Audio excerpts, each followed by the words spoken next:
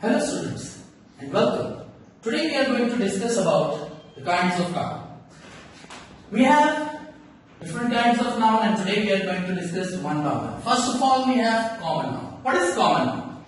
Let me discuss with you that common noun is a noun which the things are in the same shape, in the same category. For example, if I said there are 20 boys in the class and I want to call all the boys out, so I am not going to call the name and use the common word over here, and the common word is boy. It is the same word.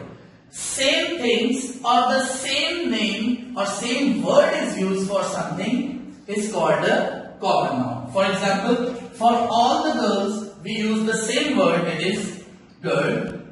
Cars, for vehicles, or we can say that car. There are, for example, there are 100 cities in Pakistan. But for all the cities I use the one word and the same word, which means city. There are more than 100 countries in the world, and for all the countries we use the same word and it is country. Common noun means same things. Proper is the opposite of that common noun, not same. For example, there are 20 boys in my class, so each and every boy is not Ali.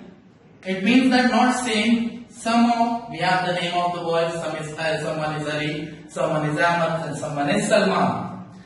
Karachi is the city of Pakistan, and a well-known city, as you know that, but as you know that each and every city is not Karachi. We are not using the same name over here. We are using the particular name over here, which is not same. Country, we are not using the name of country for each and every country. We are giving the specific name, for example, Pakistan, and each and every country is not the Pakistan. So it means the specific name we are using over here for the proper noun. Then we have material noun. Material noun is the little bit I want to explain you over here. Material noun is the material which is used to make something else. I am repeating my words again, something else. For example, you are making tea. So you are using milk, sugar, tea, and all the things which you are using over there, it is called material. Sugar, for example, iron, you are making a chair for yourself. So what you use over there, you are using iron, so it is the material. Wood, if you want to make something wooden, so you are using wood over there, so it is used as a material. So used to make something else, or which is help make something else, is called material noun.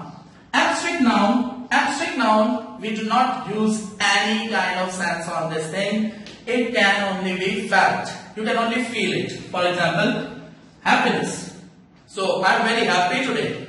So how do you feel? You can only feel it. You can't touch, you can't see. Brightness, cruelty, each and every you can only feel. You cannot use your sense, for example, sight, hear, smell, taste and touch. So the last one is collective noun. Collective noun means group in a one word. Group in a word. For example, for the soldiers, there are more than 100 soldiers. So what we use the word for that, we use army.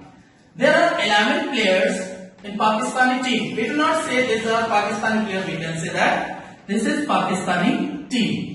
Class means, for example, 20 boys, 30 boys, this is called the class.